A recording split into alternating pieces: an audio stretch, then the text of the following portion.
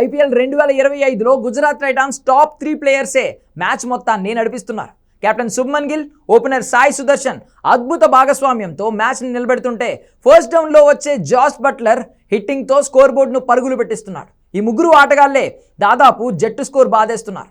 Most runs జాబితాలో Sai Sudarshan top ప్లేస్లో ఉండగా బట్లర్ 3, గిల్ 4వ స్థానంలో ఉన్నారు. ఆ ముగ్గురు ఆటగాళ్లు కూడా ఈ సీజన్లో తలా 5 హాఫ్ సెంచరీలతో రాణించారు. ఈ సీజన్లో గుజరాత్ విషయాల్లో ఆ ముగ్గురి పాత్ర చాలా కీలకంగా మారిపోయింది. ఐపీఎల్లో సాయి సుదర్శన్ మిస్టర్ కన్సిస్టెంట్గా పేరు తెచ్చుకున్నాడు. సాయి సుదర్శన్ ఈ సీజన్లో 10 మ్యాచ్లు ఆడి 5 హాఫ్ సెంచరీలు నమోదు చేశాడు. ఈ సీజన్లో మొదటి 500 మార్క్ అందుకున్న ఆటగాడిగా నిలిచాడు.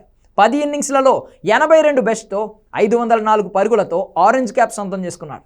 గతేడాది కూడా 12 ఇన్నింగ్స్లలో 1 సెంచరీతో 527 పరుగులు నమోదు చేశాడు. గుజరాత్ టైటాన్స్ కెప్టెన్ శుభ్మన్ గిల్ ఈ ఏడాది బాధ్యతాయుతమైన ఇన్నింగ్స్ ఆడుతున్నాడు.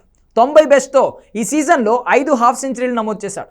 ఓవరాల్గా 10 ఇన్నింగ్స్లలో కలుపుకొని 465 పరుగులు చేశాడు. మోస్ట్ రన్స్ జాబితాలో బట్లర్ తర్వాత 4వ స్థానంలో కొనసాగుతున్నాడు. ఇక జాస్ బట్లర్ ఎలక్ట్రిఫైయింగ్ ఇన్నింగ్స్తో ఐపీఎల్ 2025 మోస్ట్ రన్స్ జాబితాలో 3వ స్థానంలో నిలిచాడు.